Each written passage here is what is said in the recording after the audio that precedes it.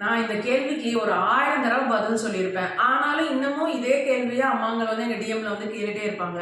என்ன கேள்வின்னு கேட்குறீங்களா? இதாங்க. குழந்தை வந்து சாப்பிட்ட உடனே மோஷன் போயிடுறா, அப்புறம் எப்படி வந்து சத்தெல்லாம் தங்கும்னு கேட்பாங்க.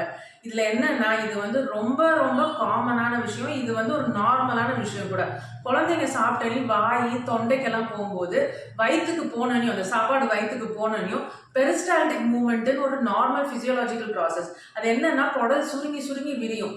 அந்த குடல் சுருங்கி சுருங்கி விரியறது எதுக்குன்னா, அப்பதான் வந்து ஃபுட்டை வந்து கீழே புஷ் பண்ணும். அப்படி புஷ் பண்ணும்போது அதுக்காக வந்து ஏற்கனவே இருக்கிறது நம்மளோட ஸ்மால் இன்டெஸ்டைன் லார்ஜ் இன்டெஸ்டைன்ல இருக்கிற ஃபுட்டெல்லாம் அதை புஷ் பண்ணி ஏற்கனவே அந்த லார்ஜ் இன்டெஸ்டைன்ல இருக்கிற மலத்தை வந்து கீழே தள்ளிவிடும். இதனால தான் வந்து சாப்பிட்டோன்னே மோஷன் வர்றது. ஸோ இது வந்து பர்ஃபெக்டா நார்மல். சின்ன குழந்தைங்கன்றனால அவங்களுக்கு வந்து இந்த டைஜஸ்ட் சிஸ்டம் வந்து ஃபுல்லாக டெவலப் ஆகாதனால இது ஈஸியாக சாப்பிட்டோன்னே டக்குன்னு வந்துடும். பெரியவங்களுக்கு கூட நீங்கள் சிலப்ப பார்த்துருப்பீங்க இந்த மாதிரி ஆகும். ஸோ இது கம்ப்ளீட்லி நார்மல். இதுவே வந்து ரொம்ப தண்ணியா அதில் வந்து ரத்தமோ சலமோ இருந்துச்சுன்னா உடனே உங்கள் பீடியாட்ரிஷனை கான்டாக்ட் பண்ணுங்க.